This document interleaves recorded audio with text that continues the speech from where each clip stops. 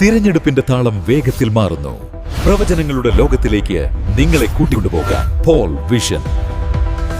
Hello, ഈ deep ഡൈവിലേക്ക് സ്വാഗതം.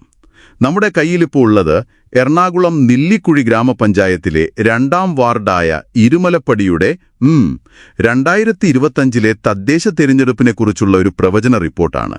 അതെ, ഇവിടെ മത്സരം UDFന്റെ സൽജ ജോസും LDFന്റെ ഓമന രാജുവും തമ്മിലാണ്. അപ്പോ നമ്മുടെ ഇന്നത്തെ ദൗത്യം ഇതാണ്. ഈ റിപ്പോർട്ടിലെ ഡേറ്റ വെച്ച് നമുക്ക് വിജയിയൊന്ന് പ്രവചിക്കാൻ പറ്റുമോ? നമുക്ക് നോക്കാം. തീർച്ചയായും. ഒരു ഫലം വരുന്നതിന് മുൻപ് ഇങ്ങനെ വിശകലനം ചെയ്യുന്നതിന് ഒരു പ്രത്യേക കൗതുകമുണ്ട്. നിങ്ങളുടെ റിപ്പോർട്ട് ദേശീയ രാഷ്ട്രീയമോ അല്ലെങ്കിൽ സംസ്ഥാനത്തെ വലിയ വിഷയങ്ങളോ ഒന്നുമല്ല നോക്കുന്നത്. അല്ല, മറിച്ച് ഒരൊറ്റ കാര്യത്തിലാണ് ശ്രദ്ധ കൊടുക്കുന്നത്: സംവരണ ചക്രം. സംവരണ ചക്രം. അതായത് ഓരോ തിരഞ്ഞെടുപ്പിലും വാർഡുകൾ സ്ത്രീകൾക്കോ മറ്റു വിഭാഗങ്ങൾക്കോ വേണ്ടി മാറി മാറി വരുന്ന ആ ഒരു രീതി. ഇരുമലപ്പടിയിൽ അതാണ് കളിയുടെ ഗതി മാറ്റുന്ന പ്രധാന ഘടകം. ശരിയാണ്. റിപ്പോർട്ടില് ഇരുമലപ്പടിയെ ഒരു സ്വിംഗ് വാർഡ് എന്നാണ് പറയുന്നത്. അതായത് ഒരു മുന്നണിക്കും സ്ഥിരമായിട്ടൊരു സ്വാധീനമില്ലാത്തൊരിടം. കഴിഞ്ഞ ഒരു 3 തിരഞ്ഞെടുപ്പുകളിലെ കണക്ക് നോക്കിയാൽ അത് വളരെ വ്യക്തമാകും. 2010 വാർഡ് ജനറൽ ആയിരുന്നപ്പോൾ UDF ജയിച്ചു. ശരി. 2015 ഇത് വനിതാ സംവരണമായി.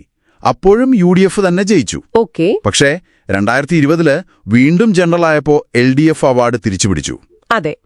ഇപ്പോൾ 2025 ഈ വാർഡ് വീണ്ടും വനിതാ സംവരണമാണ്. അപ്പോൾ സ്വാഭാവികമായും ഒരു ചോദ്യം വരുന്നുണ്ട്. ആ ഒരു സൈക്കിൾ വെച്ച് നോക്കുമ്പോൾ ചരിത്രം ആവർത്തിക്കുമോ, അല്ലേ? അതെ, ആ ചോദ്യമാണ് ഈ വിശകലനത്തിന്റെ കാതൽ. 2015 വനിതാ സംവരണമായിരുന്നപ്പോൾ UDF വിജയിച്ചു എന്ന ചരിത്രം, അത് സ്വാഭാവികമായും അവരുടെ സ്ഥാനാർത്ഥി സൽജ ജോസിന് ഒരു മുൻതൂക്കം നൽകുന്നുണ്ട്. അതോടൊപ്പം വരുന്ന മറ്റൊരു പ്രധാന ഘടകമാണ് റിപ്പോർട്ടിൽ പറയുന്ന ഇൻകംബൻസി വിടവ്. Incumbency gap. അതെ. അതെന്താണെന്നൊന്ന് വിശദീകരിക്കാമോ? അതായത് MM അലി കഴിഞ്ഞ 5 വർഷം കൊണ്ട് നേടിയ കുറെ വ്യക്തിപരമായ വോട്ടുകളുണ്ട്. ഒരു പേഴ്സണൽ കണക്ഷൻ. അതെ. ഒരു കല്യാണത്തിന് മുന്നിൽ നിൽക്കുന്നത്, ഒരു മരണവീട്ടിൽ സഹായിക്കുന്നത്, റേഷൻ കാർഡിന്റെ ഒരു പ്രശ്നം തീർത്തു കൊടുക്കുന്നത്, ഇതെല്ലാം ചേർന്നൊരു വോട്ട് ബാങ്കാണത്. പുതിയ സ്ഥാനാർത്ഥിയായ ഓമന രാജുവിന് ഈ വ്യക്തിബന്ധങ്ങൾ ഒറ്റയടിക്ക് ഉണ്ടാക്കിയെടുക്കാൻ കഴിയില്ല. ശരിയാണ്. ആ വോട്ടുകൾ എങ്ങോട്ടു പോകും എന്നതാണ് നിർണായകം. ശരിയാണ്. പക്ഷെ ഒരു ചോദ്യം, പഞ്ചായത്ത് ഭരണം LDFന്റെ കയ്യിലല്ലേ?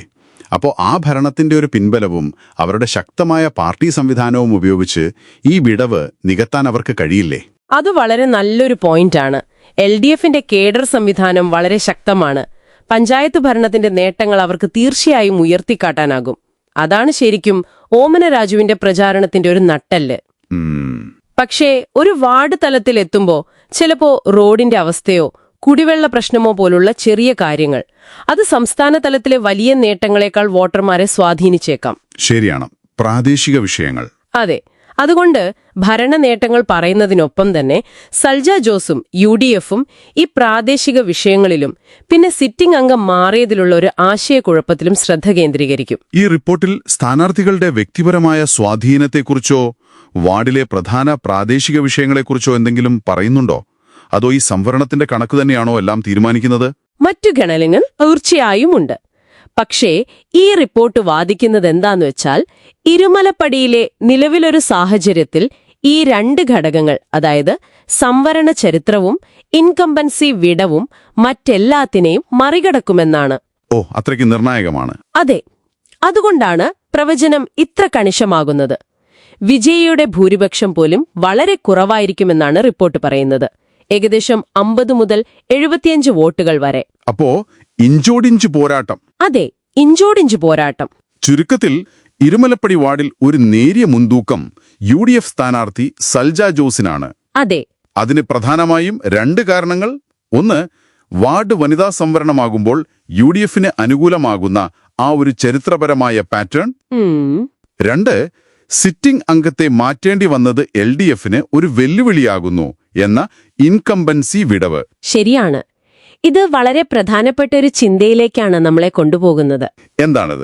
വലിയ രാഷ്ട്രീയ ചർച്ചകൾക്കും ദേശീയ വിഷയങ്ങൾക്കുമൊക്കെ ഇടയിൽ ഒരു വാർഡിന്റെ സംവരണ ചരിത്രം പോലുള്ള വളരെ ചെറിയ ഒരു സാങ്കേതികമായ കാര്യം ഒരു സമൂഹത്തിന്റെ ഭാവിയെ എങ്ങനെയാണ് തീരുമാനിക്കുന്നത്? ശരിക്കും എല്ലാ രാഷ്ട്രീയവും അവസാനം പ്രാദേശികം തന്നെയാണ് എന്നതിന്റെ ഏറ്റവും വലിയൊരു ഓർമ്മപ്പെടുത്തലാണത്. ഇതിനെക്കുറിച്ച് നിങ്ങൾക്ക് തുടർന്നും ചിന്തിക്കാവുന്നതാണ്.